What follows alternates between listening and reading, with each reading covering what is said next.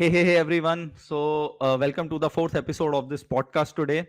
First of all, I want to thank each and every one of you to showing so much love and respect.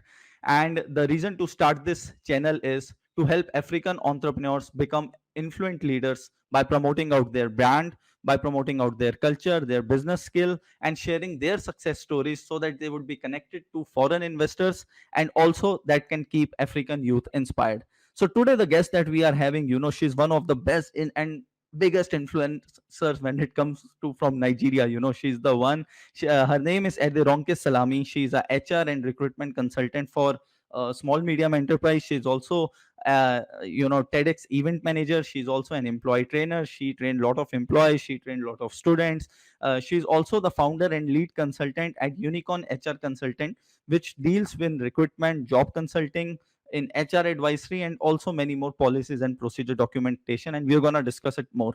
So, the topic for today is going to be like, how can African students be get ready for the corporate world?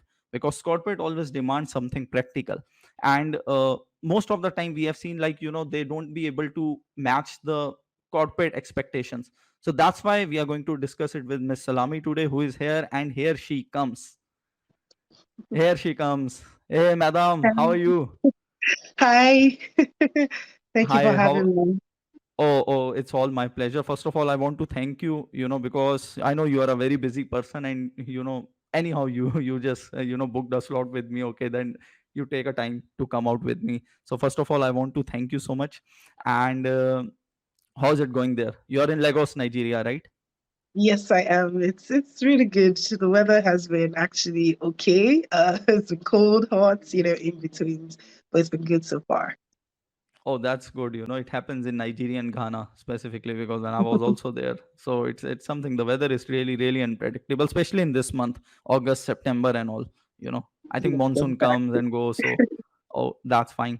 So, Miss Salami, I just want to ask you like plenty of the things today. I want the viewers, who are listening to us, I want you to give lot of insight because you are a corporate trainer. You are also, you help students in writing their resumes and many things. I've seen like you are totally into that. But before just moving to that, I just want to ask you like how did you get started? Like what was your background, your backstory, your education? Like what was that? So Okay. So first of all, thank you so much for having me again. Such a pleasure to be here. My education was a bit tricky because what I wanted to actually study was economics, but I ended up studying English, which wasn't something I initially liked. But at the end of the day, I ended up, enjoying the process. It was such a good experience for me. Um, at the time when I left school, I didn't have a particular direction as to what I wanted to do in society. Growing up, I wanted to be a pilot. I wanted to be a beat maker. I wanted to be almost like literally everything you can think about because I was very inquisitive, right? But one of the things that changed the trajectory for me was the very first job that I did, which was in working with students in the library. And okay. even though initially I didn't like the fact that I was placed in a school, but I realized that I could change, the system. I could change what was happening, there.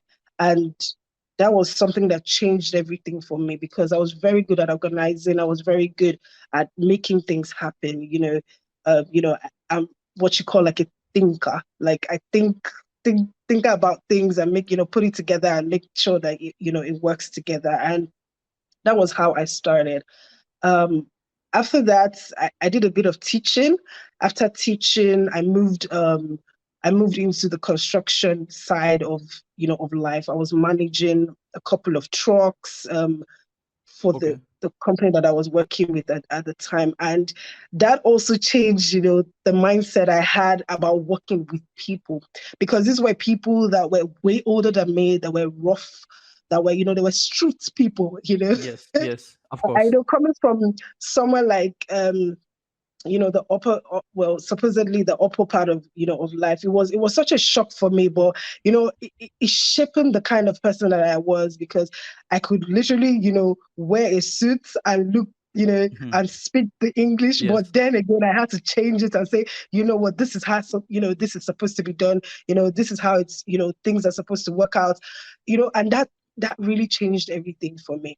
Now, you would say, why HR, right? And this is where, the story begins for me.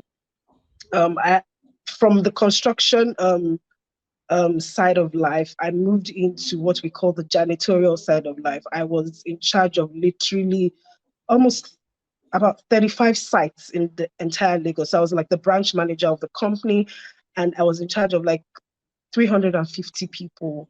You know, it was Wow. such a daunting task, but it was something that I enjoyed doing. It was learning on the job, right? It wasn't just something that I knew about, but I learned with the people that were placed under my care. And my thought process was this: you cannot say you are in charge of people and not know what, how they feel. You cannot say you're in charge of people and not care how the work makes them feel. I remember Yes. one particular incident where one of the janitors came into work, and she was looking so dejected, and I asked her what the problem was. By the time we had our conversation, I told her one thing. I said, see, there is no work as far as it's something that pays the bills, that puts food on your table. There is nothing that should make you feel less of yourself because you are Yes. working, right? And You're that kind working. of encouraged her. From that day on, I could see her spirit. I was like, yes, you are a janitor, but it Yes. doesn't mean you can't look good. I said, without you in this organization, none of even the CEO can come in, right? Yes. So, No work is from that small. day on, yeah, no work is small. Thank you. There's no work that is too small for you to do. And by the time they saw that, I was doing the nitty gritty of the work as well, everybody was encouraged. I like to make this joke that I was a cleaner before I started before I started my own business. Okay, so that was it for me, and that was how HR started for me, really. Then I went on to do my master's in public and international affairs, and my main focus was in HR, and that opened my mind to a lot of the policies and procedures that comes with the HR side of life, the training, the development, everything that is HR.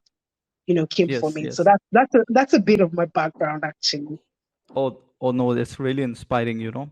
And one thing I just want to ask you over here, like you were into construction as you told me.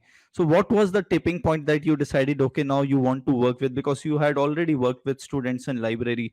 So what was the tipping point, like you decided, okay, I have to move from construction to now the full time, like said, recruitment, like what you are doing right now as a consultant. So what was the point, like you decided, no, this is something, so that really resonates you. So what was that? Okay, for me, one of the things that resonated with me, moving from the construction um, company to to the HR itself, was the Yes. fact that you know people didn't really understand um, what is needed in the corporate society, right? Yes, yes. And this is something that happened to me as well, because if you look at my background, I've moved, it's from sales to construction, from Hmm. construction to sports, from sports Sports. back to construction and things like that. You know, it, for someone like me who came from, some, like the English background and things like that, you are not really, if you don't have that guide, if you don't have that pathway, it becomes difficult for you to actually niche down as to, okay, where do I fit in? You know, you literally just feel like, oh, I can fit anywhere. But that's Yes. that's that's a Mm. lie that we literally tell ourselves that we can fit anywhere. Whereas what that does for us is that it doesn't give us that structure that we actually need as a professional. And so Yes.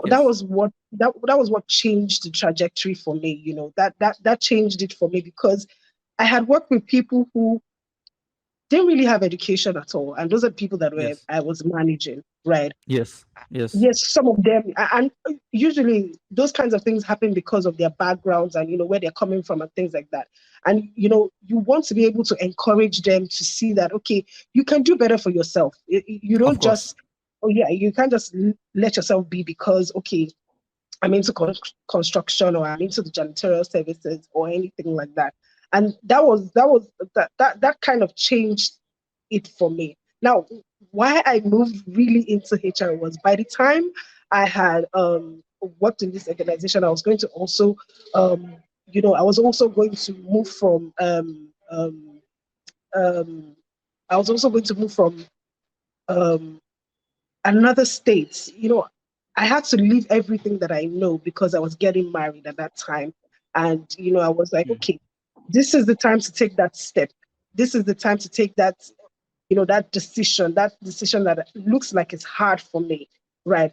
Because this is something that I wanted to do all the while. And I realized that not everybody has that opportunity or is given that chance because let's be honest with ourselves, even if you were small, because Yes. this is something that I have been doing for a long time. Small businesses don't have the time to groom anybody. They want experienced Yes. people, right? But the They problem want about experience. that, Yeah. the problem about that is they can't really afford the experienced people. So, there's that gap in between. And this is something that I wanted to change, right? And so as soon as I got the opportunity, especially since I got married, I just felt like, okay, you know what, you don't care, you can start this, just start. So, and that was the tipping point for me. I just took that bold decision because this is something that I enjoy doing. This is something that I've experienced. And then I moved from there to the HR part. Oh, that's something is very inspiring as an entrepreneur. Like you just found out the gap, you saw the problem because you yourself have experienced that problem, while going to that journey, and you all decided like, okay, now let me just solve this problem. So, Salami, I have a very, a question, which is being shown on a lot of news channels of Africa. I have seen. I won't take anybody's name right now. Like, what is the reason? Like, why the unemployment rate in Africa is rising? Specifically, why the youth of Africa is unemployed? Like, what is a gap? Do you find like, okay, is it because of education? Or it's like they are not able to meet the corporate expectation, what corporate is expecting, they want more practical kind of person, or they want somebody with another mindset. Why it's so, is it happening, and why, what is the reason? The history of unemployment is something that has been, that has been there for a very, very long time. And I can agree with you when you say that there's a huge gap, in that field where, the those who recently graduated and the corporate world, by the time you match them, they're just wide apart, they're miles apart, and the reason is not to bash anybody, but the truth of the matter is our education system is not really helping us so well, to be very Yes. honest. It's a sad state. I'm sure you know currently what we're facing Yes. right now. Our students Yeah. have not been at work. I mean, have not been in school for the past 8 months. It's quite discouraging, and Yes. with that, just imagine this 8 month gap and them coming out. What kind of reorientation or orientation do they have? They don't have so much. What does the school curriculum look like at this time? Does it have anything to do with the corporate system? It's hard. And what's so difficult is, I'm sure you're aware, that in the Nigerian society we have what we call the public and we have what we call the private institutions. And we have a very large number of people in the public institutions, right? And very Okay. few, not everybody can afford to pay these private institutions the sum of money that they get. And this is where the problem is. Private institutions, go out of their way to make sure that their students learn, are ready for the corporate world. I have experience, teaching in one of these big um, universities, and I can see that they're going out of their way to do that. But what about the public institutions? We don't have that. There's no structure behind um, um, the students in school and the corporate world. It's just, oh, we're here to teach you, and that is it. This is something I also experienced as well, right? And that's Right. why it is very difficult to merge that. and that's the problem that we're having. That gap, if that takes away, the teachings of society, the teachings of the corporate world, the teachings of the workplace, away from the school system itself. You can see that at least a lot of things that have been happening. If you ask the average Nigerian what they studied and what their current profession, it's it's so different. You can see like an engineer It is working in the different. bank. You can Yes, see an agri yes, person yes, yes, working in customer service, and you yes, can you can tell that there's no way. I mean, imagine someone studying agri and going into corporate service, like customer service, yes, for instance. yes, There really isn't, there's no correlation. And that's why there is a gap. That's why it's huge. And you can't blame these students, because a lot of these students, some of them stay at home for so long before they even get admission, right? So whatever they give them, I just told you my experience. I wanted yes, to study yes, economics. I ended up studying English. Except those who are very passionate about the field that they're going into, maybe say the medical field, for instance. Those are the kinds of people that you see wait till they get that admission into the medical school. But if it's someone who just wants to get into customer service, the mindset is, oh, let me just study anything. And once I get out, I'll just, find myself in whatever field that it gets in. Another experience that I also have is, by the time I, even though we want to blame, the education system, we also have to place a bit of this blame to students themselves.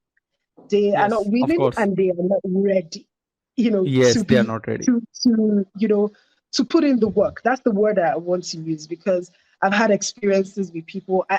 My DMs on LinkedIn alone is a crazy place to be, because literally you get, oh, please, I'm looking for a job, and then I'm looking for a job. I don't know what kind of job that you want. That means I'll have to start I asking you, what kind of job do you want? And they say anything. And you know that anything doesn't mean anything. It's it's really it's nothing. it's not So they don't it. Yeah, even know what they they want. don't They know don't even know what what they want. they need. Exactly. And that's why there's so much gap in between. Yes, I would like to continue, because this is something which is very important discussion. I just remembered my own college days, like because when I was pursuing my masters, in India. So during that time, the companies that were coming, like the finance companies were coming, HR companies were coming, for these profiles. But I was the one who was into marketing, sales, and marketing for a long time. So I told them that, like college was pressuring me that, okay, go and sit there and get a job. And I told them, no, this is not on my field. I want to pursue Mm, my career, in the marketing. So how can I go mhm, to a finance company which is coming and I should sit there? They say, no, these mhm, are the banks. Later they will promote you to marketing and they will shift you. I said, no, I don't want to work in a bank. I'm a proper sales guy. I want to work on field. Because it was in 2017, around 2017, 2016, 2017, and that time COVID had come. So mhm, I said, no, I want to do a field work. I want to learn sales from, from the bottom, from the ground. So please, I won't be sit. And last time, and and the college said, see, we give up on you. Why? We don't know why. So I asked them that, why are you not bringing the marketing companies? Where are the sales and mhm, marketing companies? And later when they started coming, okay, then I started to apply that, and I got placed in a Dubai company. Straight away, I was the only one from my college who got placed in Dubai. From there, I come to Ghana, and and see, rest is history. So okay, I did really well in the company. So this is one thing that I just want to tell. The point that you mentioned is like when students message you any job. So I just want to tell one thing: never ever, for some kind of salary or money, don't ever let your passion to go like that. I was very mhm, passionate about marketing. That's why I become an entrepreneur and I'm running my own agency. mhm, I'm a high ticket sales closer with many American companies today. That's why the reason being I am, because I never quitted on that sales part, because I wanted to be in sales and marketing. I knew it, long time, that yes, I want to make my mhm. career into this. So there were a Yeah. lot of people who were saying, okay, get this job, get that job. I say, no, I can wait. I can sit home for even 1 year, but I will only do what I like to do. So always follow your passion. This thing I just want to add with Thank you. you so Yes, much. yes. And yes, now we are talking about the corporate expectations. Like, we all know that, post COVID, after COVID-19. Many yeah, corporate, like, they fired their employees. The one reason came out to be like, they said that we don't need an employee who only has one skill. So which means mm, that the students today, they are not they are just let's say, they are just dependent on the college education. That's it. The reason being, when I just quit my job, from Ghana, mm, last year, I quit my job because I invested in another skill. I learned yeah, digital marketing. I know mhm, everything is going digital. mhm, It's time to become digital now. From a sales of offline, I have to switch from online sales, online marketing, online digital marketing. So yeah. that's why I just switched myself, and I learned it by myself. Don't you feel Okay. like these students, they feel like, no, we have given money to universities and all, now our future is secure? Because their education system is still old, what they are teaching you. So what are your point on this? Well, just the truth is that education isn't enough. I've had this question asked to me, a lot of times, and people say, "Is education enough?" No, it's not enough. There's so much that, we just talked about, how the education system looks like, right? And Yes. it's we can't take, the education out of everything. It is as important as any other thing, but skills are very important. Skills are very Yes. important, and Very important. when you decide that, at least the way the corporate world works is, if you want to, I'll still use customer service as an example. Once you want to become a customer service, there's no actual course that is customer service. I mean, there's no actual course in the university that says customer service. But if you're in the Yes. business, business administration, there there are courses in between that talks to you about customer service and things like that. But there are certifications that help you become a Yes. professional, and those are Yeah. things that the corporate world is expecting. Don't just come and tell me that, Yes. oh, I have a first class in marketing. Aside from that, what skills do you have when it comes to marketing? Do you understand? That's what the corporate world, because I just mentioned to you right now that most companies don't want to babysit anybody. They don't want to start saying, oh, okay, so do it like this, do it like that. They expect that No, you no. already have the skills. You already No, have the no, no, skills to no. go ahead.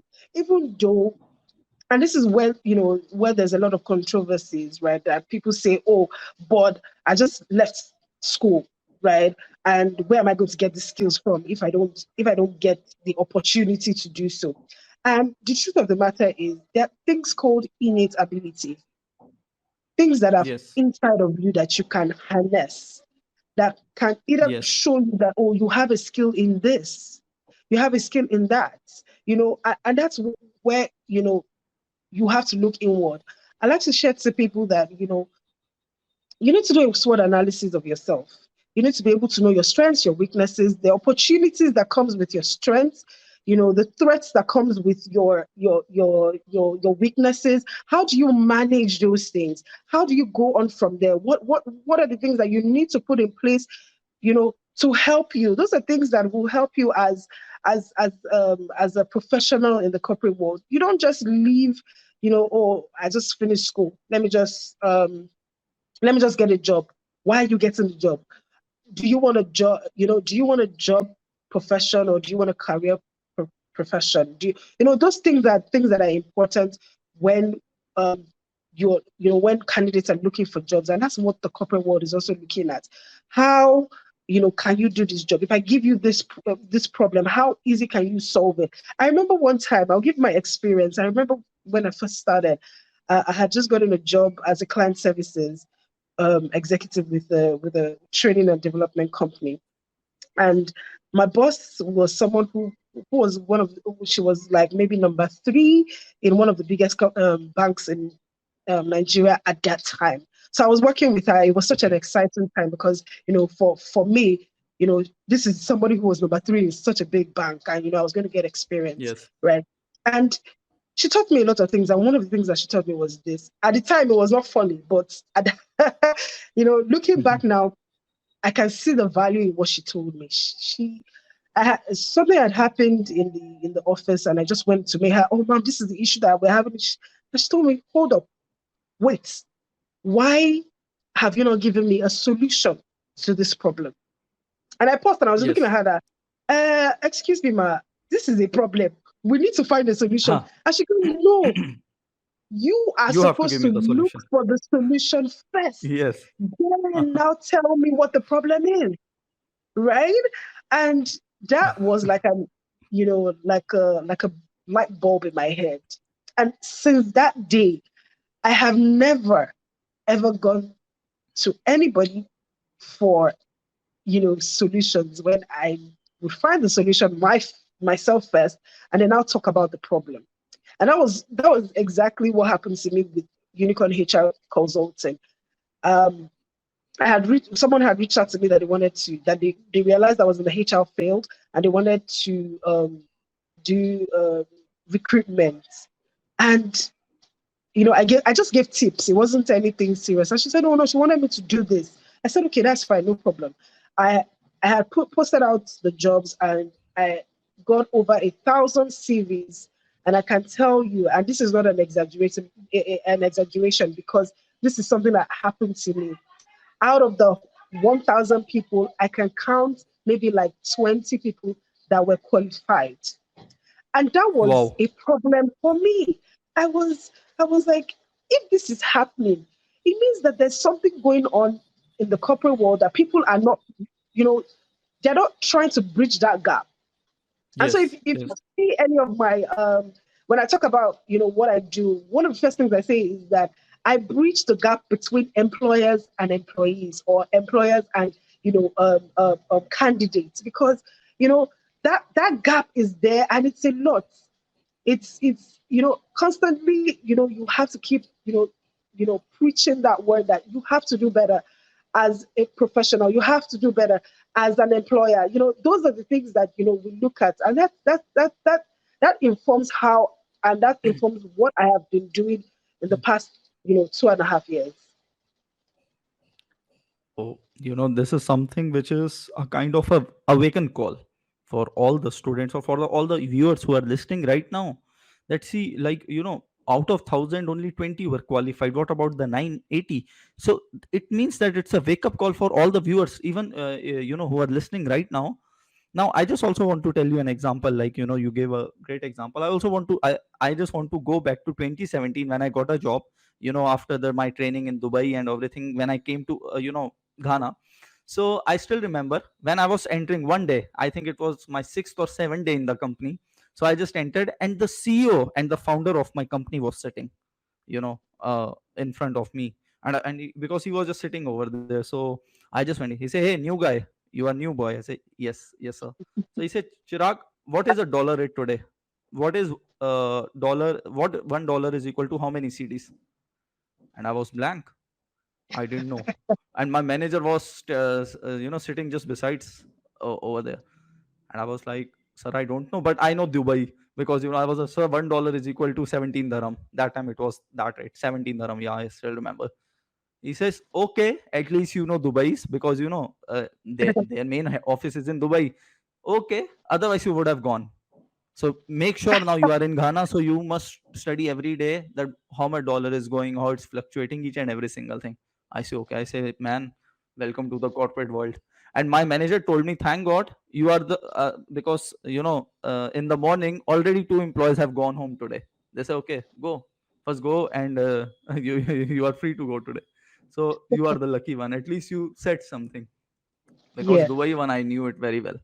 So this is something like, when it was first time I felt like, yes, I'm in the corporate world now. I have to read all the news, all the, the newspaper, what is happening around me, where I'm working, you know the business skills and all. Because when I was in college, I don't used to do all these things. I never read a newspaper, especially the business one. I used to hate that reading. I used to read love stories and all those things, when I was in my college life. So that was something. And I also remember one more incident. Like one day, I think it was 1 month, in Ghana. So my general manager asked me, "Okay, so did you get this deal?" I say, "Yeah, I got this deal." And I was telling him, "Did you know I did a good prospecting? I built a very good repo. I did a great probing." And you know what my general manager told me? Chirag, I don't understand these words, prospecting, probing, or these. What are you saying? Just tell me how much business are you bringing and how much money you are going to bring on the table. You're in the corporate world, man. So just talk on numbers. I say, okay. And yeah, it was like a shock to me when my boss told me all these things. So, and I was like, I was just shocked. I was surprised. So, Salami, my next question to you is like, I just want to continue. Like, you told me, like, okay, you are also running your own consulting firm, which is Unicorn HR Consulting. So, what it is all about? Okay, Unicorn HR Consulting is a full consulting HR firm. Um, Okay. what we do is we like I said before, we bridge the gap between employers and employees or candidates, and we majorly do recruitment. We do HR consulting. We do academic writing. We do business writing, policies and procedures, and trainings. Especially with performance management. We've found out that, especially for small businesses, we found out that a lot of businesses are finding it difficult to manage their staff, and when that happens, what they want to also know is, okay, how can we do this better? And this is where we come in. We basically just make sure that um, everybody is understands their place in the organization, and they're willing to do what it takes to make that organization grow. I always say this, that when it comes to the organization, the organization doesn't just, or the business doesn't just belong to the CEO. It belongs to every single member of that organization, starting from Of course. the gate man to the CEO himself or The CEO of the herself, company. right? Yes. So everybody has a part to play in making sure every kobo, every naira, every dollar, every pound, that comes into the business, comes from them as well. So why do I say this? I say this because, take for instance, a prospective client is coming into a business place, right? How the gate man is able to attend to that client will determine whether that client comes in or goes back. How Right. the front desk person, you know, attends to that client determines whether, you know, the client will want to speak with the CEO or the person in charge. So every single person who is in charge of that organization, I mean, a part of that organization, is responsible for how that organization grows, and that's where we come in. That's basically how we come in and do the work. So far so good. We've really worked with a number of amazing clients, especially in the recruitment part, where we've recruited for, I mean, we've recruited, so far so good, we've recruited for over maybe 20 businesses, and some of them are Okay. repeat clients as well. So, Okay. it's been fantastic. It's been a fantastic journey. It's been good, and it's been challenging, to be honest, Yes. because it's not always easy to manage um, people. It's not easy to manage, individuals. When it comes to businesses like this, everybody has their idea as to how things are done. Everybody Yes. believes this, whatever it is that I'm doing is right. But and this is where policies and procedures and documentations come. They come in. Everybody understands that this is their place in the organization. This is what is expected of them, and this is how they should take their responsibility in the organization. And that's why, for us, we do not. I know a lot of companies do policies and procedures like uh, on the general, but for us, what we like to do is we like to tailor it based on every company's vision, mission, goals, and Hmm. objectives. So that's basically what Unicorn HR is all about. And then, Oh, aside from that, we do that's the great. academic part. That has been an interesting journey for me. I have worked with I think I've worked with over 30 students as it is, and 30. counting. Yes. Okay. So the academic part of it is that we write for busy professionals. We have a lot of professionals who go to school while they're working. And that stems from my own experience as well. While I was doing my master's, I was working as well. And it was very hectic for the 2 years that I was doing my master's, because um, I realized that I had to do my typical 9 to 5 rule and then still go to class, still go to class for 6 to 9 p.m. as well. So I knew that it was challenging for a lot of people, and that stemmed from, and that's what created the academic writing part of the business. And we've worked with people as far as Australia. Um, we've worked with people in Ghana. We've worked with people in the US, Canada, the UK. We have a Oh, lot that's of great. people in the UK as well. So Wow, that's very basically nice. what we do. Oh, very nice, very nice. And because I'm also planning a project when it comes to students, but my project is all about not about to make them ready for the corporate world, but how can they become an entrepreneur during their college life. And it's not an entrepreneur like something like just a word entrepreneur. This is something which is a proven method. Like I'm helping lot of students right now who are in United States, Chicago. I have a lot of students there, even in India, even in Canada, Toronto. I have a lot of students. Like I'm just training them when it comes to digital coaching, like proper digital coaching and proper, they Mm, can launch their own courses, they can do, and how can they build their community. That's the most important mm, thing, so that even if they want to go for a job and want to work for any boss, they would say that yes, I have this, I have this much community as well. So I have seen, like one of my student, he told me, because he has a community of 700, 750 students, and he looked a job in e-commerce. And that e-commerce, he told me, like they said, hey, you have 750, 800 already customers, we'll pitch them, okay, come, what salary do you want? And also that's a win-win situation for him as well. So I am planning a project, for Africa, that we'll reconnect, not on this definitely, podcast, but outside we'll definitely. just reconnect. So oh, that's amazing that you are doing with the unicorn HR consulting.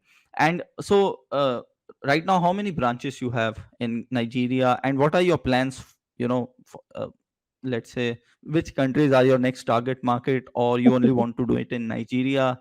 And where do you see yourself and unicorn HR consulting after 5 years? Okay, so far so good.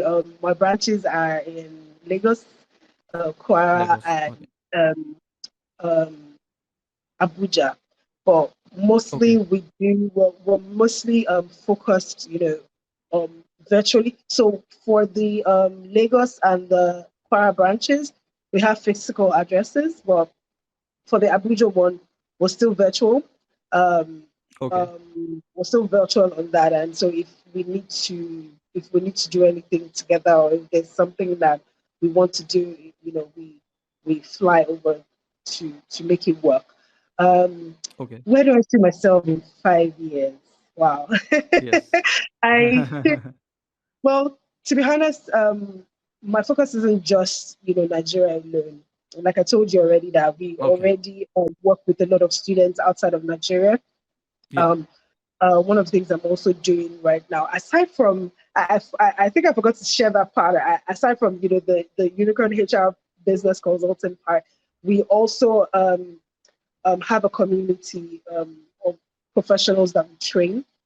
It's an amazing Okay. community of professionals as well, where we just train them how to become better professionals in the workplace. So even though you are looking for work, it's not enough to just say you're looking for work. How do you become better in the organization? Yes. We don't just Of want to course. be that company that's just um, gets candidates and employees for employers. We want to be able to also train them to become better people. If you're in whatever profession that you're willing to go in, well, we come up, we talk to you about how you can be better at, how you be better at it. Yes. And so aside from that, one of the things that we're also looking at is um, creating niches, in terms of the HR field. We realize Yes. that Yes. a lot of people want to be in the HR field, but they do not understand the nitty gritty that comes with it. When you hear people say, okay, if you ask them, why do you want to be in the HR? You just say, I just found out that it's interesting, but sometimes it can be a dirty job because Yeah. there's a lot of backlash when it comes to the HR community and with HR professionals, right? And so we're also building that community as well, where there's a there's that freedom to express yourself, and to also get opportunities not just here in Nigeria, but outside of the country. Aside from that, we're also looking at partnering with um, educational consultants outside of the country. We currently are partnering with one already. That it's already in the books. But we're looking to do that so that those who are here, who are willing to move out of the country, can get the opportunity to do so in a seamless way, possible. So that's so in the next 5 years, I'm sure I'll be out. It will be something outside of Oh yeah. Nigeria. It will be something Oh, outside of that's just great. Nigeria alone. Um, and in the future, one of the things that I would really, really, really like to do is have a system where, because like I said before, HR people they just go to school for HR. They don't know the nitty gritties, and so we want to be able to have that kind of community that helps them able to the digital aspect of HR. So those are things that we're working on, and that's already in the pipeline, already for Unicorn HR. Oh, that's great. So over there, I comes to the picture then. I'm definitely gonna help you in that. Oh no no, that's amazing. So our episode like this one. Okay, I have last few questions left for you. Not few. I'm not gonna take your valuable time much. Uh, like, what do you want to appeal to the investors? Because my viewers, they are also from North America, as I told you, from United States, from Canada. Even some are of them are, most of them, they are also from India. What do you want to appeal them when it comes to Africa, the opportunities in Africa? What do you just want to tell them? A quick message. Okay, so there's a lot of potential here. Trust me, there's a lot of potential here, and we just need to be able to harness them the right way. Because right now I know that the focus is on the fintech industry, but we Yes. can also look into the healthcare. We also look into Yes. the educational system. I know it can be Yes. difficult because Nigeria as a whole is such a wonderful country. But the Yeah. truth is, there's a lot of potential here. We would like a lot of investors to come in and build businesses that can be sustainable over time, that can help people, young people, especially young people, become better, in their fields, in their areas of specialization, in their areas of interest, not just what is bubbling at the moment, but the agri sector, the medical field, the education, the lights, the Yes. lights. Yes. The energy industry. We need more people in that industry to do Yes. that, and not just in the big cities. We're not talking just Lagos, Abuja, Port Harcourt, Enugu. There are other places that they can come into and invest in the Nigerian space. Yes, and you are only going to help them, like you people, like local people. So if in case, let's say, if somebody contact you, because in my last podcast also, one of the viewer asked me that if I just contact them, directly, so are they also going to help us with, like, say, the visa process and all those things? So I told him yes, they are going to help you because you guys are local, like with the government, visa, immigration process. So are you guys also gonna help them out with all these things, local? Well, we have people. The truth is, we have people who do these kinds of things, and Okay. well, for someone like me who has, I can help with things like that. Put you through the right connections that can help with that. Yes. It's Yes. aside from just the visas part or the accommodation and things like that.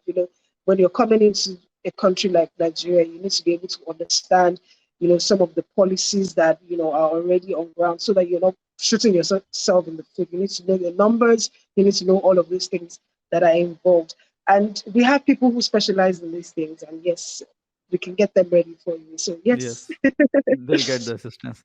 So, Madam Salami, last question is coming now. I don't want to end this podcast because it's going very, very interesting. But the last question, which I ask in every podcast, what advice do you want to give to a youngster? We have already talked a lot of things, but who is listening right now? It's between 18 to 25, and he's listening this podcast. What last advice you want to give to them? Okay, so what I'll just say is this: coming from my field, I think it's important to have a strategy. I'm such a strategy buff that, anything you hear me say has to have strategy inside it. Even as, as a professional, you don't want to just leave your profession or your professional career to the wind. You want to have a strategy involved so that you can go through the structural processes that comes with it. You're not just lost in the wind, or you're not just one of those people, you know, because the truth is, there's so much to be achieved, but if you don't have it the right way, you will miss it. You will definitely miss it. So you want to have a strategy in mind. You want to be focused on what your passion is, and use your passion to drive that career that you want. And that starts with your personal brand. Speak about what you do, share about what you do. Be confident about what you do. I see a lot of people are not. That's the that's the breaking field for them. They don't even know where to start from. But it starts with your Yes. mindset. you know Mindset. that Yes. mindset shift needs to happen for you to even have a strategy in place. Ask questions when you need to ask questions. And I'm sure that, all of the other things, would add up. It's important to also invest in yourself. It is Yes. very, very important. Aside from Very having a important today. personal brand, you need to invest in yourself. If there are skills, if there are certifications that you need to get, please get them. If you have to volunteer to get some things, please do that. If you have to pay to get some things done, please also do that. And lastly, have a mentor, even if you have to pay for them. Yes. Thank you. Yes. Yes. Yes. That is very important. I just want to add few things over here. Like, I just want to wind it up by saying this. You have heard Salami, the way, like, she told that, okay, now how did she started, she even came from a good family background, but yes, she hustled a lot, when she was into construction, and later on she switched to many other businesses, and then she opened her own HR consulting company. So it's not easy. So one thing I want to say to all those people, even if you are, to all the students specifically who are coming from a good family background, whose father is a rich, they can afford, they have a good business, trust me, if you won't struggle, if you won't Mm, struggle on the grounds, you are not going to succeed. Even if you handle your that business, trust me, that business won't sustain for long, because you mhm, guys don't know the basics. Most of the time, I have seen people, who used to shout a lot on their father wealth, and later on, this spoiled everything after their father demise or something, because they never understood the real business, what was that, how to do it, because they were not humble. They were the ones who used to drive $100,000 cars, they used to shout on their dad money and all those things, and trust me, they're nowhere today. So what makes you to become huge is to first of all stay grounded, stay humble, and learn. Go to such people, like, it doesn't matter if, like she told, like, even if person is a janitor or is working in a construction company, they have a lot of things to teach you, and you can learn a lot of things for them from them, and later on you can help them where they are struggling. And over there, you won't become an employee, but you become an entrepreneur. I can tell you, because I'm an entrepreneur. And when it comes to the corporate, yes, you have to invest in yourself. As she said, you have to invest in a mentor, you have to invest in education, in self education. Like, for example, my college never taught me about entrepreneurship, or my college never taught me, like, you know what is digital marketing, what is, now in many colleges they are teaching you digital marketing, but they're not teaching you practically.